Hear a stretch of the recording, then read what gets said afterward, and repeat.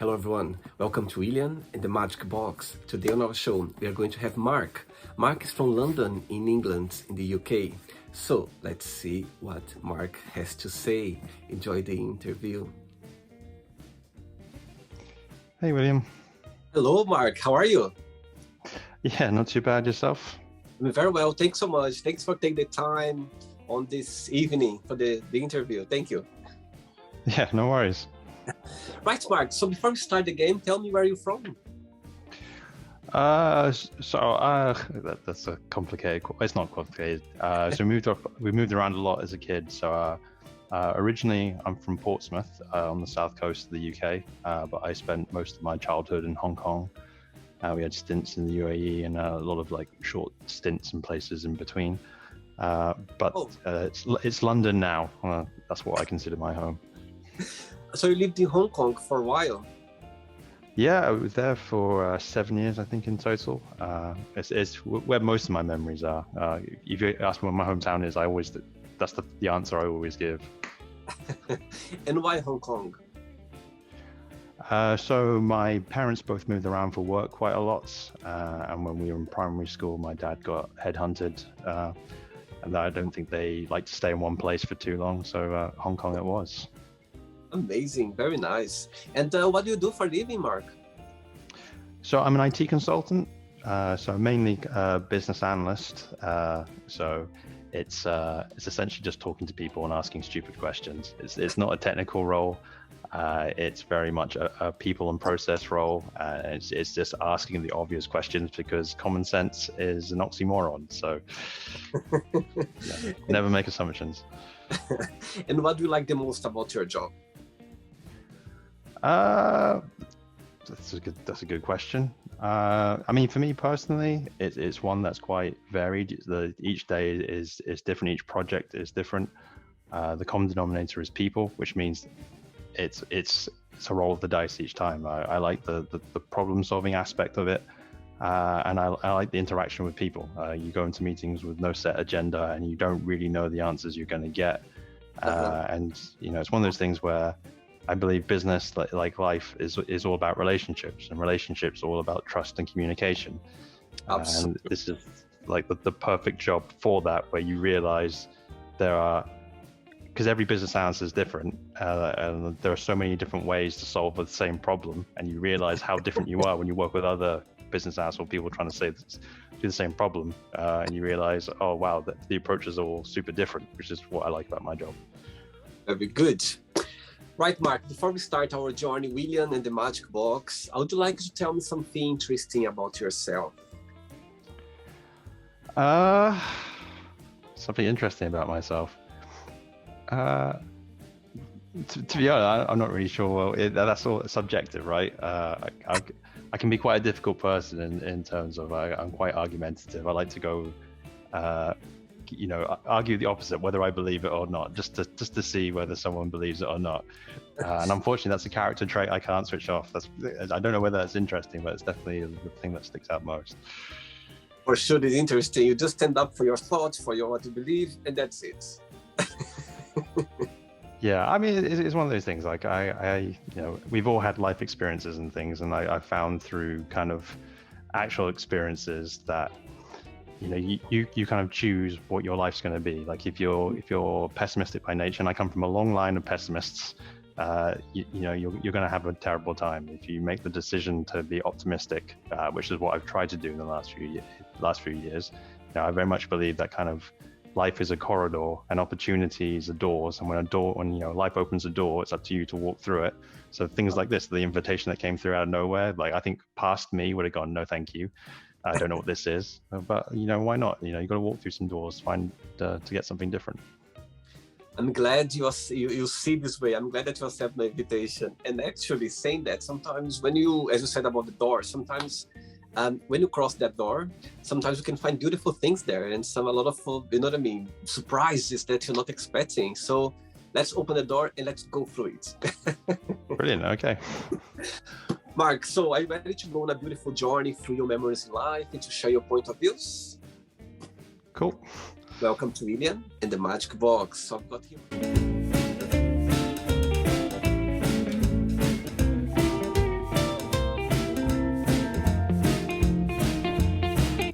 lovely box full of random fun questions. I'm just gonna play a song now just for us to move a little bit before the first question. Let's do it. It's not very loud, the music, but let's do it.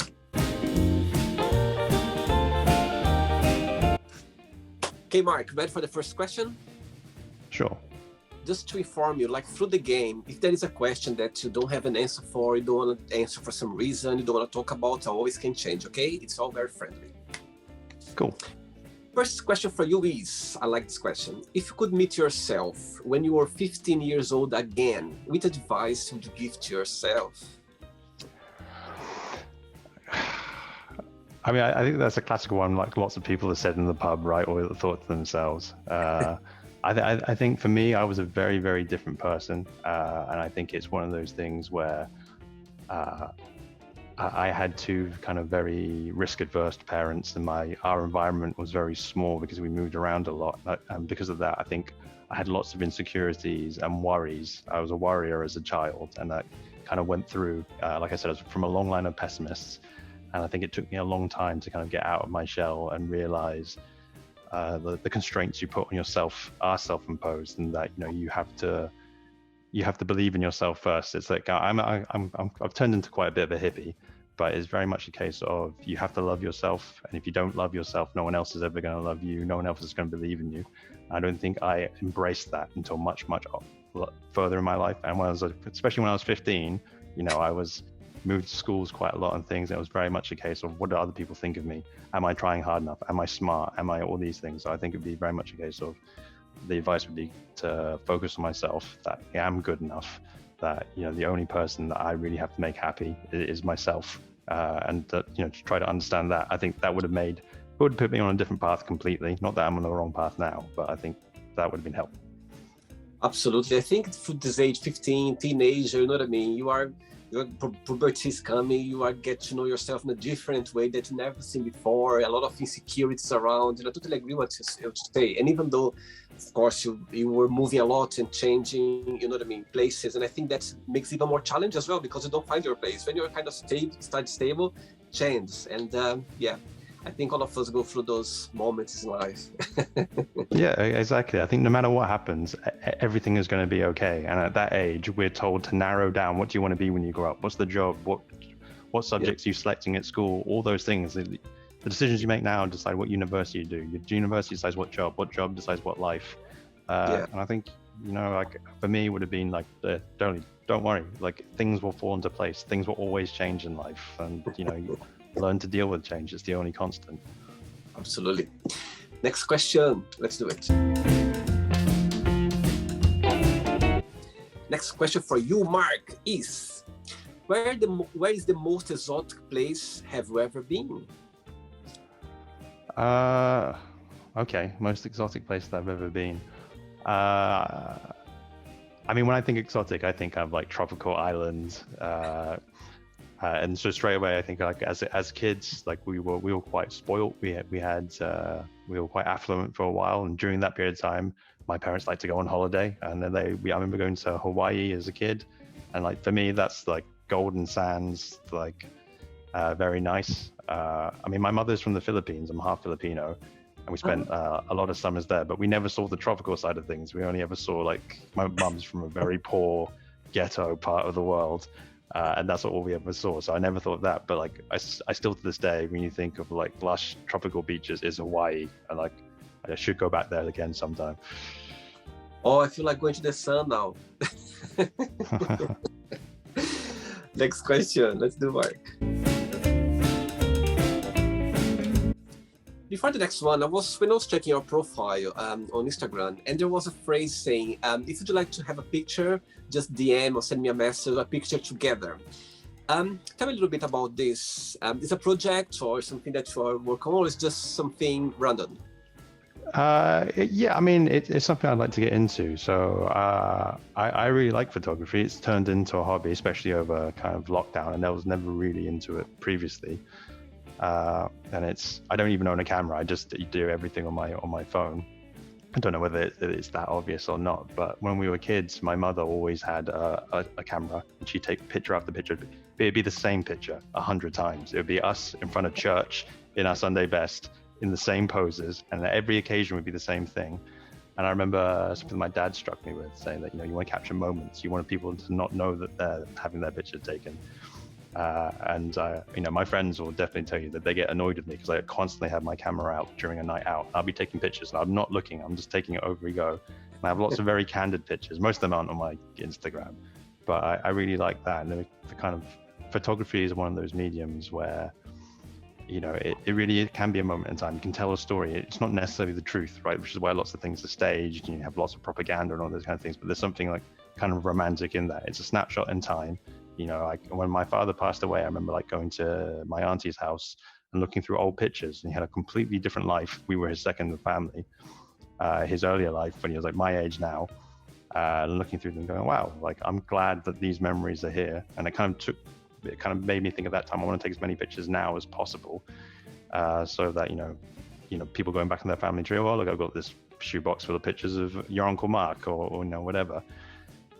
So I've got into it recently, and the whole line I put on the Instagram that I wanted to take pictures is kind of force myself out of my comfort zone. So I take the pictures of my close friends and stuff, and actually want to see whether I'm still good or not. Because I think creativity is an interesting one. We can all do, when we see something we're comfortable with people, but when you have to do it on demand for someone else or with someone else, it becomes much more difficult. My girlfriend's in a creative job at the moment, and it's a case of when she got into that job, the clients telling you to put that creativity on, suddenly it's oh, actually that's more difficult than you think. It's a lot of pressure. So I wanted to put myself out of the comfort zone and kind of put that invitation out there, but that's only quite recent, and no one's taken me up on it yet. So it's a good idea now, but when that pressure comes, we'll still see. No, totally. I think when I saw it, I found very creative, and at the same time as well, I saw such a nice way, genuine way to connect with people. Do you know what I mean? Imagine you go for a picture with someone and you can meet your best friend there or make a new best friend. You know what I mean? I think it's such a great idea. When I saw it, it was oh my God, that's something very interesting. That was the first thing that got my attention on your profile. Yeah. I mean, that's a very good observation. I think it's one of those things where it makes yourself vulnerable, right? And the project that you're doing is amazing. I think that's good because again, you make yourself vulnerable. I think that's how people connect. And no one really wants to make themselves vulnerable with someone that they don't know because it's a risk, right? And I think photography is one of those weird. Even when I'm with friends and family and stuff, you're out in the open taking a picture, you feel self-conscious. People look at me, people are judging. So I like the idea of what you just said because it really does force you out of your comfort zone. You have to make the other person feel secure. So how do you do that? And I think it makes you be a little bit less selfish. I know lots of people think it's quite vain, and it can be as well. There's some ego in there, but from my point, I was thinking to myself, how do I make someone else feel secure when they don't know me, do all these things? And it's very similar to what you're doing now. So if anything, I might try to get some tips off you. No, absolutely. I think, as I said, I don't think it's vain at all. I think it's just a way of people just connect with each other and have a memory in life. You know what I mean? It's a memory. You can make a memory of taking a picture together. You know what I mean? I think that can go on and on and on. And as I said, you can meet so much interesting people and can go in different direction for sure, in a good way for sure. Yeah. It was the first thing that got my attention when I saw your profile. I said, that's something interesting. I'm going to ask him in the interview for sure. I'm glad you did. Next question for you is, tell us about your best holidays and why you consider that. Best holidays. I'll admit, as an adult, I haven't really gone on a lot of holidays. All the ones that I've ever gone, I'm not one of these people that goes traveling by themselves or has ever gone on holiday by themselves. I'll admit, we traveled a lot when we were kids, and I kind of think I never had that wanderlust because of that, and also because my parents separately went around the world and kind of grew up with their stories. I went to international schools and I was always exposed to other cultures. And so as an adult, it's only when I've had partners that I've gone away places and they've had to nag me to do it. But I've not regretted when we've done it. Generally, the kind of things that I look for, I enjoy city breaks rather than, we talked about the beach before, and I loved that when I was a kid.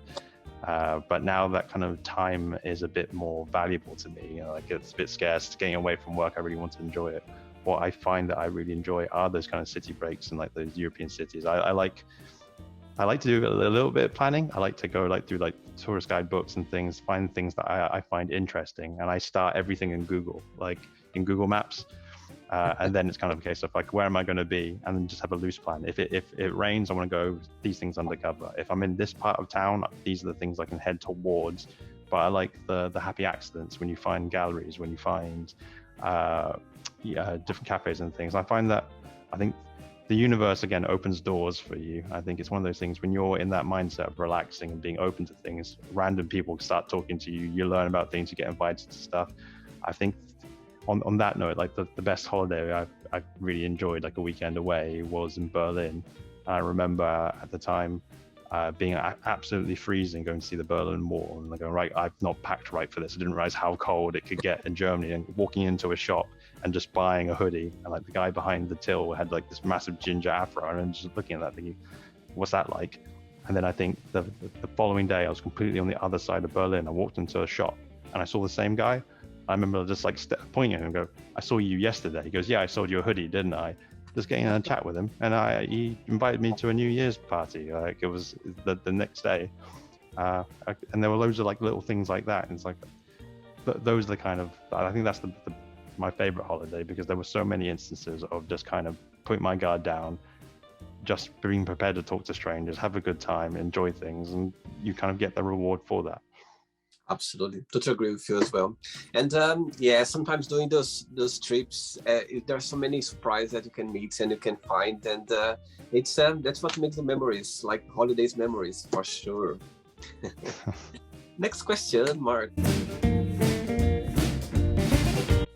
Next question for you is, who was your first crush and why? My first crush. Are we saying like a celebrity or someone that we actually know in real life, or?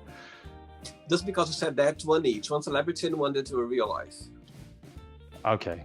I can remember in primary school, the first crush I had was a girl in my class whose name was Joanne.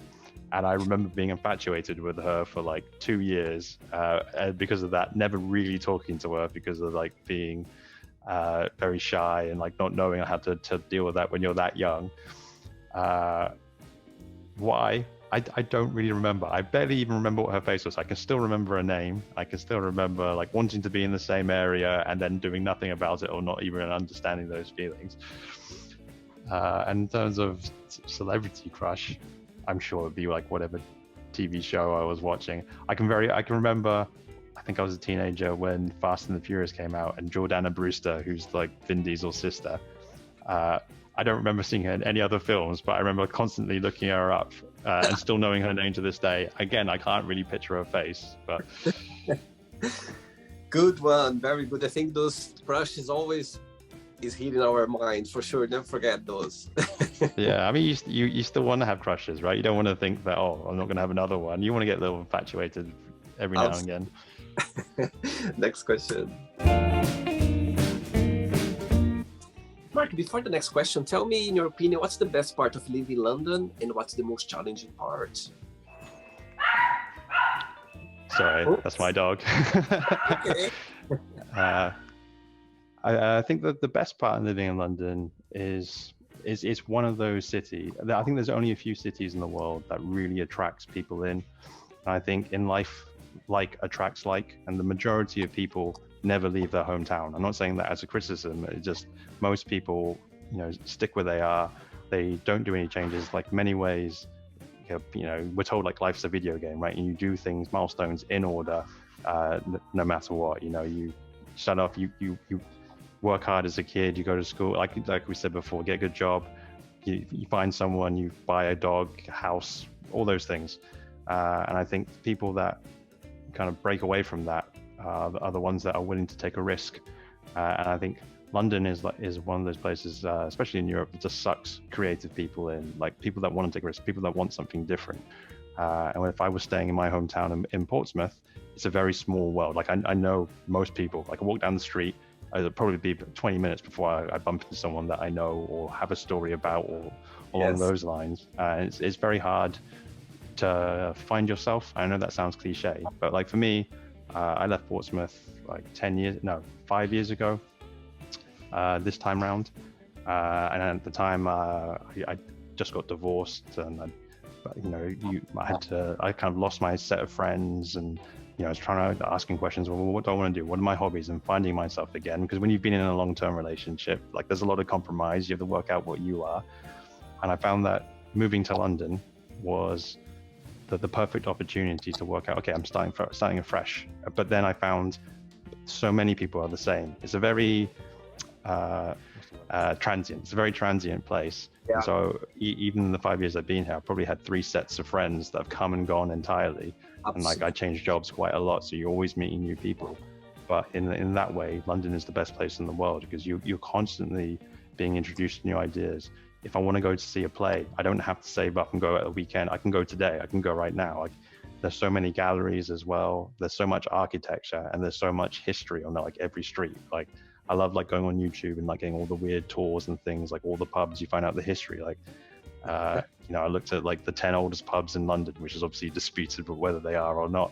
But like, I didn't realize like half of them I drank in like regularly anyway. And it's even stupid things. I saw I used to live in Little Venice. I used to walk to Oxford Street where my office was.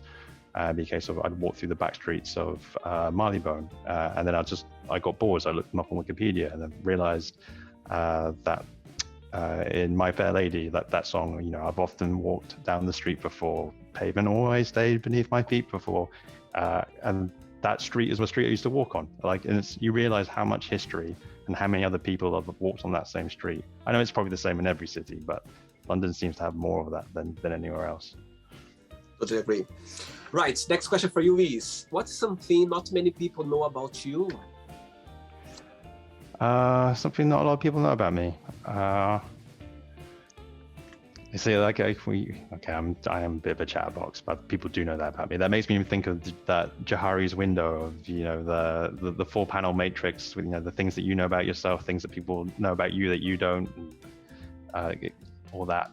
But I think, whenever you have to do like those icebreakers at work, the thing that always kind of sticks out to me is I eloped to Vegas to get married, and 2 of us got married at the Venetian, and at the time we'd organized it just a little bit beforehand, and our venue fell through at the last second, so they offered a compromise that we could get married on the gondolas outside, and apparently no one had ever done that before.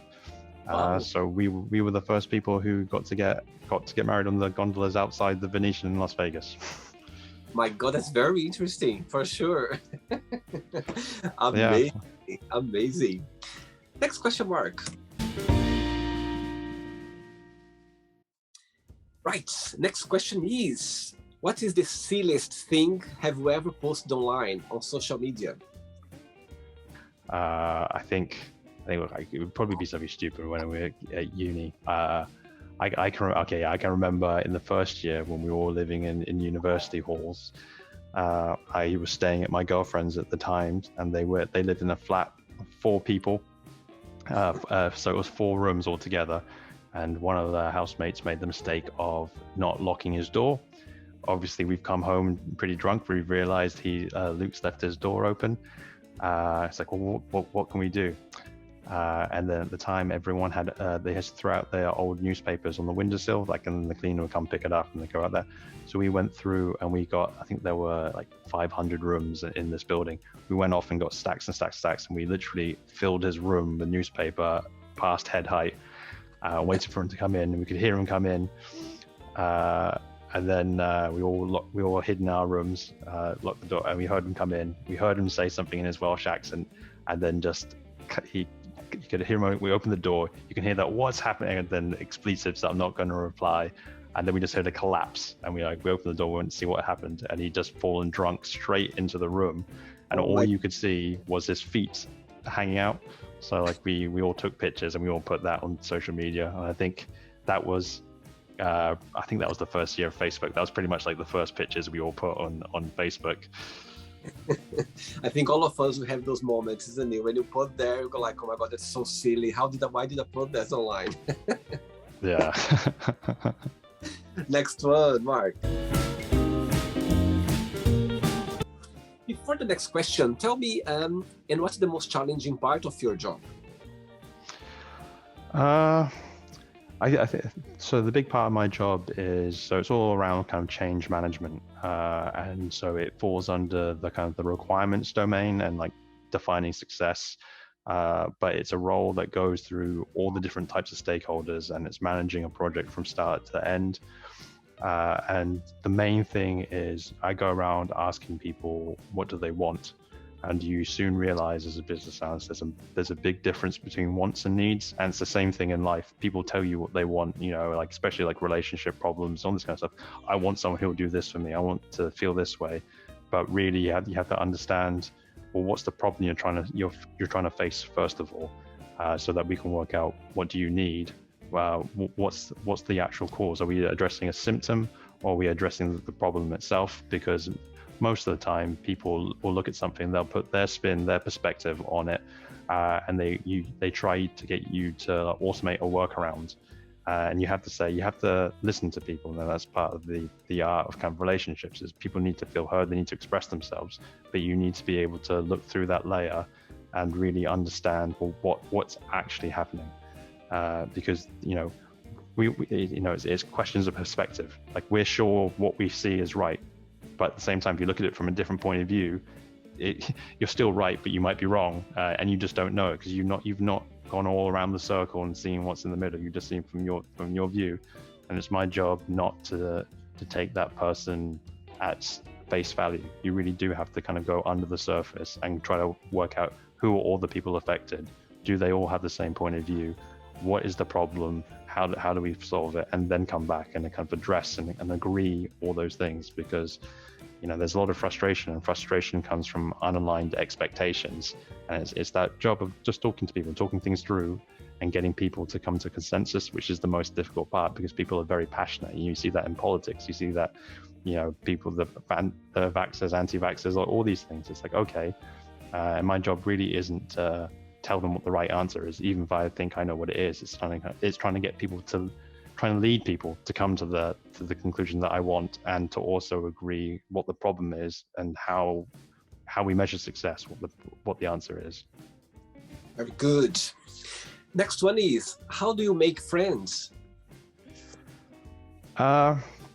I mean, that's a very good question. That's definitely a question I've asked myself many times, especially like moving to London as a grown-ass man, where it's not like at school where you can just sit down next to someone and go, are we best friends? But I think it comes back to the conversation we were having before about vulnerability. I think a lot of the time, you have to, we're saying about life opening doors and opportunities. Sometimes you have to open those doors yourself. You have to put yourself in situations where you're going to meet people. You have to come out of your shell, and you have to remind yourself, what are the things that I want? I moved to London because I wanted a different life. I want, and so, Insanity is doing the same thing and expecting a different result. You have to put yourself out there, and you also have to remember, like, again, going back to the first question about what you tell with 15-year-old self, is like, it's not about you, like everyone's going through their own things. Like, have the confidence in yourself, love yourself. It's one of those things where if your validation comes internally rather than externally, you're golden. So you can go to someone and make yourself vulnerable and say, hey, how are you doing? Do you want to come to this thing with me? We were talking the other day. I thought maybe you want to come see this like gallery with me, or whatever it is. And whatever the answer is, you're going to be okay. It's fine. And I think it's one of those things to do with, I said relationships all about trust and communication. Like, a lot of that comes from integrity. If you just tell the truth, like if you say, oh, this is what I want, and you say how you feel, you give your feedback, then people don't have to be on their guard. They can go, okay, I believe what this person is saying. I don't think it's a scam or anything like that. And I think you can go from there. I mean, two of my best friends in London at the moment were partners of friends of my ex, and like we just went out for the night in the pub, and it's one of those awkward things as grown men in our late 20s like and early 30s meeting. It's like, oh, hi, how are you? My name's this. What do you do for work? Oh, I do this, blah blah blah. And I just remember going, like, I don't know anyone. At the end of the night, just going, look, this is gonna sound really stupid as a man, but here's my number. If you ever want to hang out, give me a call. I don't know anyone else. You seem really cool, and I wanted to go to this thing on Saturday. If you're not doing anything, it'd be really cool if you want to do it. And then it's like, okay, yeah, a bit weird, yeah, sure, I'll do that. And it's like, it's that a light bulb moment of realizing everyone feels the same. You have to make yourself vulnerable. And what's the worst that's going to happen? It was a guy I was never going to see ever again anyway. Well, you know, you're going to say, like, what if, you know?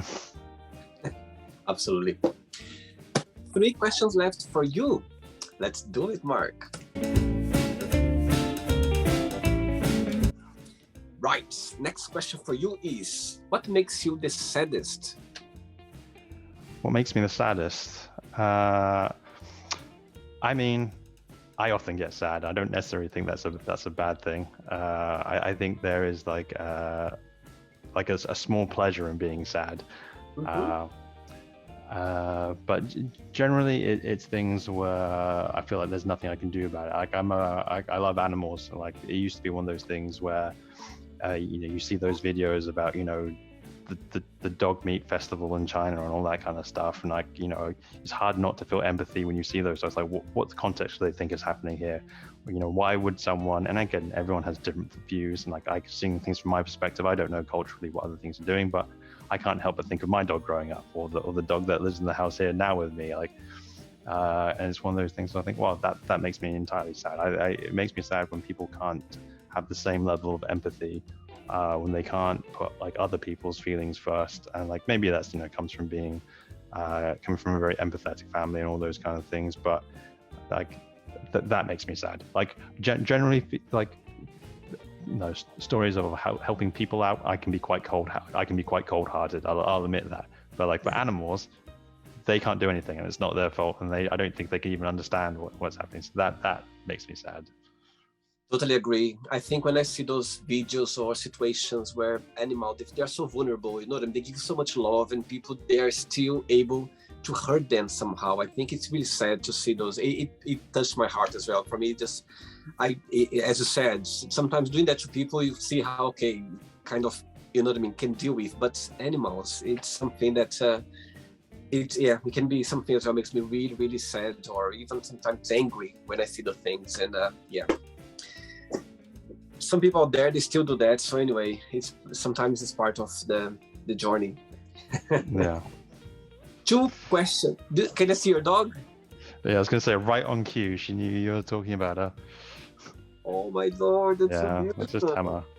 Hello, Emma. Tama, yeah. Tama. Tama, yeah. She's my housemate's dog. How old is she? She's 14, if you can believe it. Oh wow, beautiful Yeah, girl. she still acts like a puppy. Like as soon as the doorbell goes off, she goes off at a million miles an hour barking at them. Beautiful girl, beautiful, beautiful. 2 questions. Right, Let's do it. Before the next one, Mark, when you think about Hong Kong, your childhood, living there, what's the best memories that you have from there?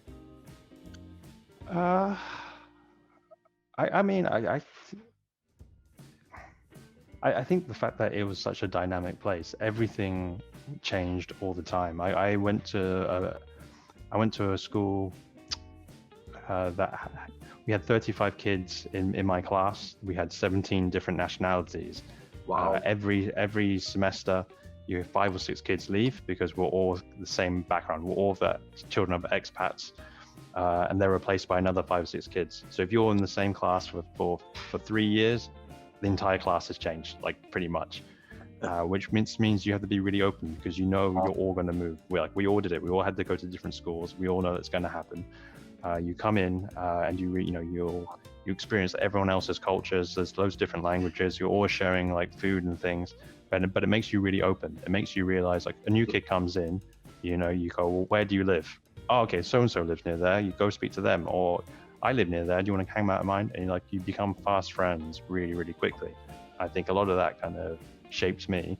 Like you find out about the difference. You go to each other's houses. Everyone lives like really close together. Like it was a lot of fun. And I have to admit, like I didn't really appreciate that until I moved to the UK. So I moved to the UK just when I was doing my A levels. No, GCSEs, must be in GCSEs. I remember going to school, coming there, and it was completely the opposite. It was a case of, you're the only new kid, and you know what, people don't come and volunteer to say, hey, how are you, what are you doing, do you want to come out, hang out with us? you have to go out and make friends, and like the English mentality is a much more closed off. It's not as open. It's not as inviting. Like they're like, and so it just kind of. I'm saying that there's pluses and negatives to every side of things, but that really emphasized to me, like Hong Kong again it's like London. It's a melting pot. It's people are attracted there, come there for a reason. It's a certain type of person who's more open to things, and you get something different from those places than you do anywhere else. And like Hong Kong is the most dynamic place in the world. It's the most populated place. It's the most polluted place. It's the most expensive place. It's like it's a lot of good things all in one situation, and everything changes all the time. So something's always happening. It's about making the most. You can't stand still if you're there. You've got to move. Oh, very good. Next question for you is, so far, what's the happiest day in your life and why you consider that? Oh, that is a good question. It's the happiest day of my life. It's funny, as my kind of life's progressed and like you have different like kind of milestones you've hit and gone through, I think my definition of happy has changed. And so even if I knew like from beginning to end, like everything that was going to happen to my life, and you asked me at different points having known what's happened, I think my answer would be different because it means something different to me. Okay, it's a weird one. The thing that's popped into my mind is also the saddest memory that I have, but it is also one of my happiest memories. I remember I lost my father to cancer, and it happened very suddenly. It happened within the space of a week from him being admitted to hospital, finding out he had lung cancer. I think it was 15 days to the point he passed away. Initially, we were told, "Oh, you've got 6 months. Like it's past the point of anything that can happen." And you know, for me, that was like a massive fear. My father, you know, was great guy, but by the time at that point in his life, he was an alcoholic. He was depressed. He's alcoholic. He was depressed. He became agoraphobic, and so I kind of took jobs. I took my first job was at IBM as business, and literally the reason I took it, I got offered 4 jobs on the same day. They were all over the country. The reason I took that is because I knew I could have lunch with him every day. Because he told me he made a complaint. He didn't mean to complain. He made a complaint that when I didn't visit him, he had no one else to talk to, and I didn't like that. So it was one of those things where he dominated my life for a few years. I'm not saying that as a complaint. That was a choice that I made. My life was very small at the time. It was pretty much just my partner, my dad, and like a circle of like 2 or 3 friends. And that was my life from like 21 to like 25 when he passed away, I think it was. And so when I got the news that it was cancer, we had 6 months. It's like, okay, well, how do I pace myself for that? It's like I was still working full time. Do I use up all my holiday at once? All these things. And at the time, it was a case of got put in hospital. He said he had a fear of the hospital. He didn't want to be there. And like we weren't close to my immediate family. And I remember my sister turned up, and I was like, okay, how do we do this between the 2 of us? Because he doesn't want to be here. Like this is the worst case scenario. What do we do? And she called my auntie and my uncle, and I don't know them very well. Like we didn't grow up in the same place. Like there's big age gaps in all our family and things. You know, we were very closed off because of the situation we were in. So this is turning into a rambling story. But I remember I'd spent 3 days there, and I was basically spending 16 hours a day in the hospital, and then working 8 hours and coming back and just sleeping in the room with them. And I was thinking, I can't do this for 6 months. How am I going to do this? And not wanting it to be quick, and not wanting it to, like, I was in a limbo. I didn't know what to do. And then my auntie and uncle turned up, and they were like, right, what do you need? What do you need from us? It's like, what do you mean? It's like, you know, what do you need from us? Like, you tell us what you need. Just ask. I was like, okay, well, he says he doesn't want to be by himself. I know it's too much to ask for you guys to come in, but like I need to go to work and things, and if one of you can be around like an hour or whatever. And they went, no, we'll do better than that. We just split the day into 8-hour shifts, and we did that for the whole time that he was there. I remember like crying when they told me that. I couldn't control my emotions. Mm-hmm. And asking why why are you doing this? You don't know us, you don't know me. And I remember them saying, because we're family. Do you know what family is? And like, I really didn't. I come from like a very broken family. And it was like the first time that kind of really struck me, people doing something. It's the kindest thing anyone's ever done for me. Wow. And like really, it really hit me at the time. Like I was overwhelmed with emotion. Like even now I'm thinking about it, like it's been kind of 10, 12 years since that happened. Wow. It meant a lot. I come from quite a selfish environment, and for people who were strangers and saying that, no, we're here, like this is important, this is what we do. It was, that's happiest and saddest memory at the same time. That's beautiful, Mark. Thanks so much for sharing that. I think that's it's just an amazing story. My God, how much you appreciate that. As you said, you're going through such a tough time in your life. At the same time as well, one of the happiest points of your life happened together, like all at the same time. I think it's beautiful. Thanks for sharing that. Appreciate. Very good. I'm sure people watching that, they're gonna appreciate more and more as well. I think it's nice to hear that. It gives you some beautiful feelings, you know what I mean? This kind of beautiful emotions as well. Sometimes sometimes help comes from place that not expecting, you know what I mean? Sometimes it comes and we're like, wow, I was expecting that, and that's what makes interesting. Yeah. Last question. Ready for the last one? Yep, bring it on. Do it. Last question for you, Mark, from London. Which book had a big influence on you? Okay, that's an easy one. I mean, I got into a big habit of reading self-help books and all that kind of stuff, but the one that's had the biggest influence on me is my favorite book of all time, which is The Martian by Andy Weir. So I know that they made it into a Hollywood film as well, but the film is nowhere as good as the book. But the reason I like it, and I'm trying not to give any of the plot away, is I think the premise of the book is it's an astronaut who's on a mission to Mars, and disaster strikes, and his crew all leave, and they leave because they think he's died on the planet, and then he wakes up, and from that point until the end of the book, like anything that can go wrong kind of does go wrong, and it's about how do you survive in an absolutely impossible situation.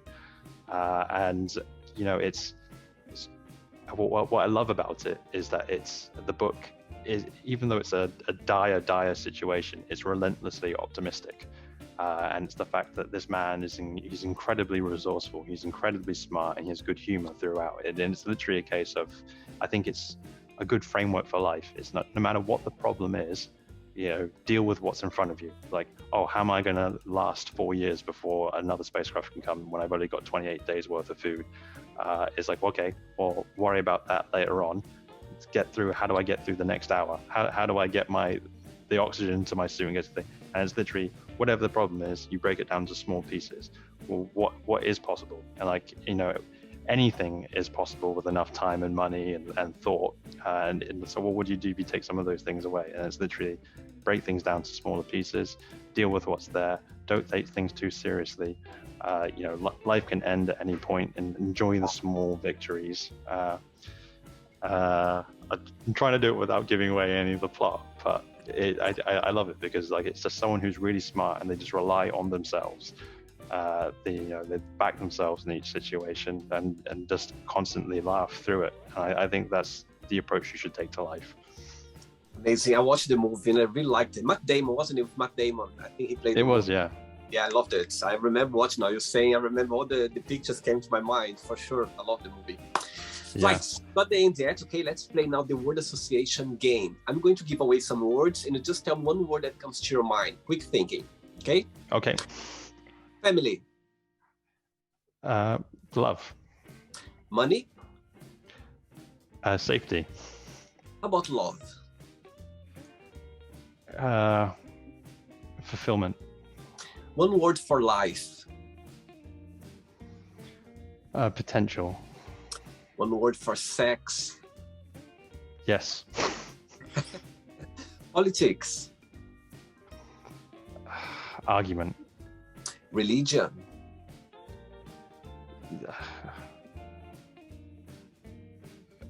My mind's gone blank, but it's negative. One word for fear. you overcome it. Friendship.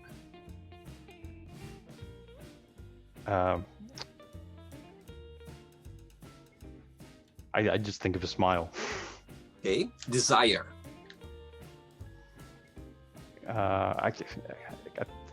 Self-improvement. I know that's 2 words, but Okay.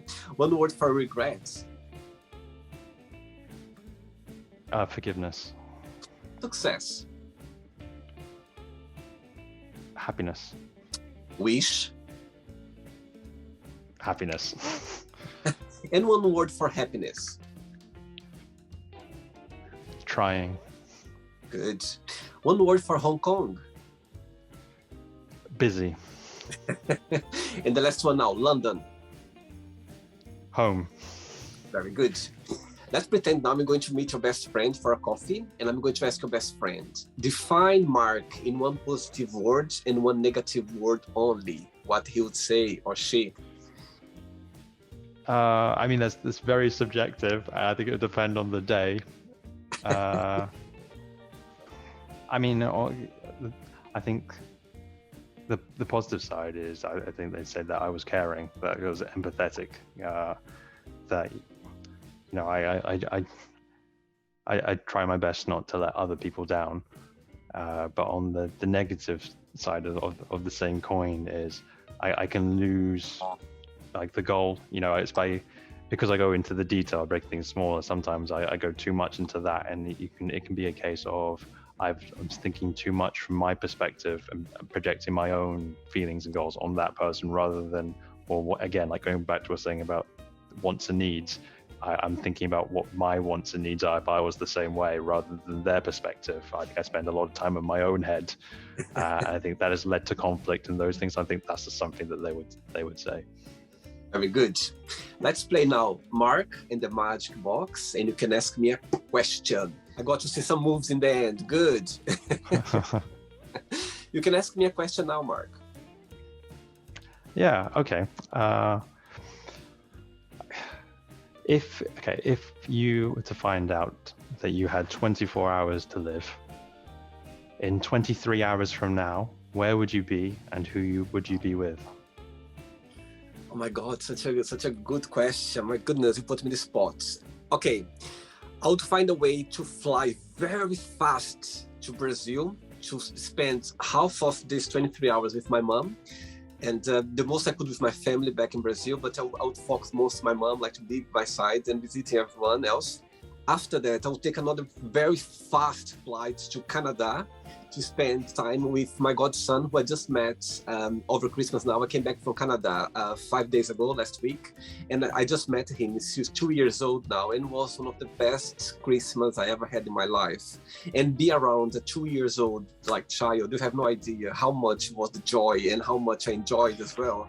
So that would be my answer. I would be half of those hours with my mom back in Brazil, and those half with my godson, my best friend in Canada, just to enjoy the last moments of my life for sure. It doesn't matter what you'll be doing, just to the fact that I was there. I think I would go happy for another life, another planet, or another. I think I would go. Sure. I'm sure you just phone ahead to get them to meet you in Brazil, everyone in the same place. There we go. I love that even better. I'm going to find a way to find them to get a very fast plane so we could be all together in Brazil. Well, what's the reason that you would pick your mum? I think it's because I've been away from Brazil. I left Brazil when I was 19 years old. I moved to Portugal before I moved to the UK. And since then, it's going to be 20 years actually. This year in March, it's going to be 20 years since I left Brazil. I've been away most of my life away from Brazil. I think it's because, Mark, when I see my mom, she's the closest person, everything I do in my life is thinking about my mom.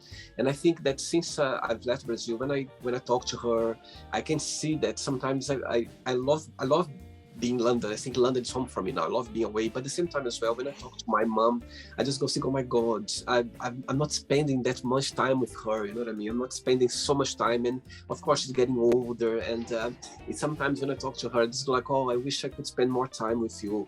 And I think that should be the reason why, because you know what I mean. I think we make our lives is about that. We need to make choices in life, and sometimes we don't have everything. You know what I mean? You need to to let other things as well. But I think that's the reason why I think I would, if I could spend more time with my mom, I think I would. Then I try to make the most I can. I try to go to Brazil the most I can. And what I mean, she came to Europe a few years ago for the first time, and I would like to bring her back again for to spend some time in London. So yeah, that would be my mom. That's for sure. That's be the reason. Oh, that's a wonderful sentiment. You can see it in your eyes. It's lovely. Yeah, I think it's the connection with our mother is something that it's a very strong connection there. I think our parents' mom, they know us better than sometimes better than ourselves. You know what I mean? So that's a good point. Did you enjoy the interview? I did, yeah. So I know I'm very all over the place. So I go on tangents all the time, but. No, it was lovely. Thank you for inviting me. No, thanks so much for taking the time. I know you had a long day of work, and even though you found the time to do the interview, I think that's I feel so lucky and grateful, because people, when people give their time for you for some reason, it's for me it's like it's a part of attention. Nowadays we are so busy with our lives. Sometimes when someone gives attention to you, like a time of their daily for me for doing this interview, I think I feel very grateful for as well. Thanks so much. But before you go, I just would like you to share a positive message, a positive quote, something that inspires your life. I think the one that comes to mind is whether you think you can or you can't, you're right. So I think life is how you frame it, and no matter what the circumstance you come at, if you're, this is what I said before, I strive to be relentlessly optimistic. And back myself. It goes back to the first questions you asked about what you said to a 15-year-old yourself. You have to love yourself. You have to back yourself. And in this world, no one else is going to do it for you. No one else is going to back you. No one else is going to be your biggest fan. You have to do that. And again, so it goes back to whether you think you can or you can't. You're right. So back yourself. Very good. Thanks for the message. I love it. I think it's very interesting. Mark, it was a pleasure. My God, we live in the same city. One day I'll meet for a coffee or to take a picture of your project, like to DM for a picture. Yeah, definitely. 100%. Like you seem lovely. That'd be great. We keep in touch. I'll contact you again after this. Yes, let's keep in touch, and I'll see you one day in London for sure. Okay? Thanks for the interview. Brilliant. Bye, Mark. Cheers, William. Bye. Bye. So, did you like the show? Don't forget to give a like, to share it, and also don't forget to subscribe to the channel. And if you'd like to be part of the show as well, first subscribe to our channel, and after that just go to our website www.williamandthemagicbox.com and send us a request saying why would you like to be part of the show, and I see you there. Bye bye, see you next time.